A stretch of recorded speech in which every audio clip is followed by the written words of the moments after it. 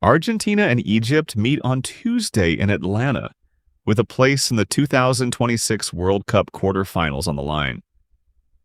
The last 16 matchup carries extra weight because of who is on the pitch. Lionel Messi and Mohamed Salah, two of the most recognized players in the sport, both nearing the later stages of their international careers. Kickoff is scheduled for 5 p.m. British time. Beyond the result, the game is being framed around these two players and what this tournament may represent for each of them. Let's start with where each team stands heading into this match. Argentina arrive as the defending World Cup champions, having won the title in Qatar in 2022. That victory, combined with Copa America wins in 2021 and 2024, has been widely credited to the group built under head coach Lionel Scaloni. Before Scaloni took over, the Argentine national team had gone through a difficult stretch, including a runner-up finish at the 2014 World Cup and back-to-back penalty shootout losses in Copa America finals in 2015 and 2016. Scaloni's tenure changed that trajectory, and one of the frequent talking points about his approach has been building a squad that functions as a complete team, rather than depending on any single player, even one as decorated as Messi. That balance is being tested in this tournament.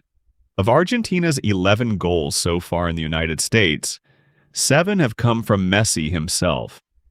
Players like Lautaro Martinez and Julian Alvarez, who lead the line up front, have taken on more of a supporting role in the build-up, while midfielders such as Enzo Fernandez and Alexis McAllister have leaned more into defensive responsibilities.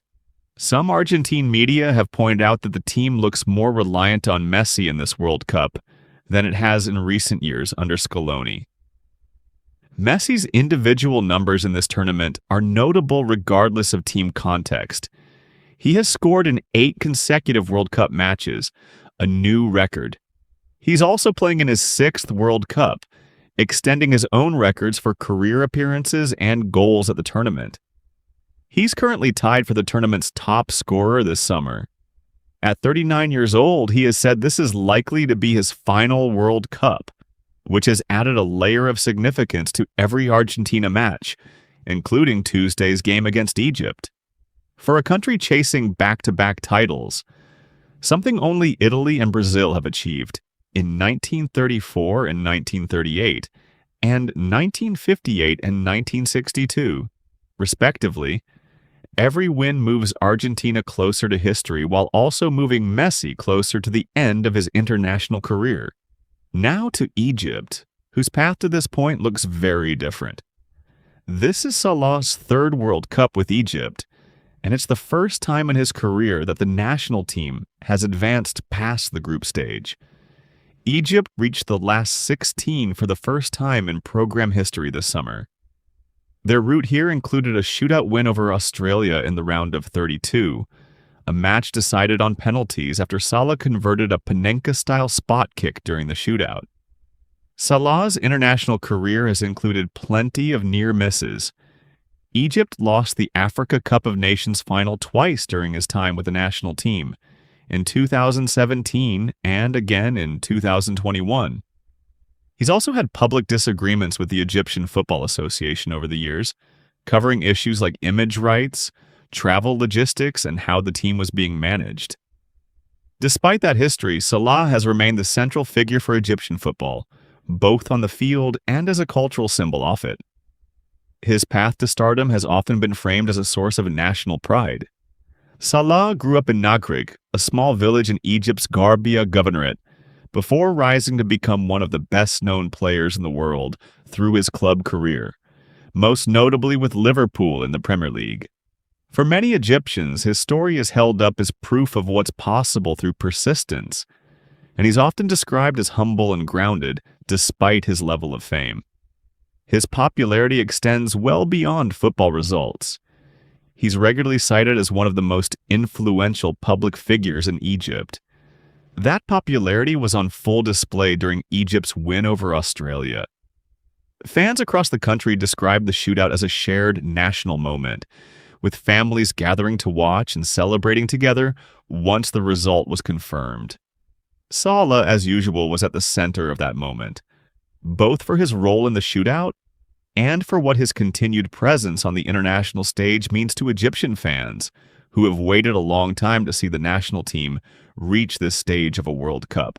Now, at 34, Salah has said he hopes to still be playing at the 2030 World Cup, giving him a different outlook than Messi, who has signaled this tournament may be his last at this level.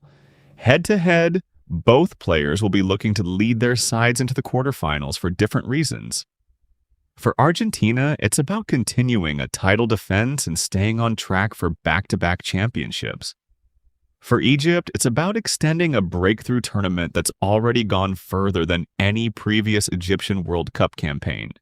Tactically, expect Argentina to continue building much of their attack through Messi, given the pattern established over their first 4 matches in this tournament. Egypt, meanwhile, will likely lean on the same defensive resilience and shootout composure that got them past Australia, with Salah serving as their primary attacking outlet and set-piece threat. Looking ahead, the winner advances to the quarterfinal stage of the World Cup, moving one step closer to the final in this expanded 2026 tournament format. For Argentina, that would mean continuing their pursuit of a second consecutive title. For Egypt, it would mean surpassing every previous result in the country's World Cup history. Whatever happens on Tuesday, the match adds another chapter to 2 very different national team stories. One built around a champion trying to close out his international career on top.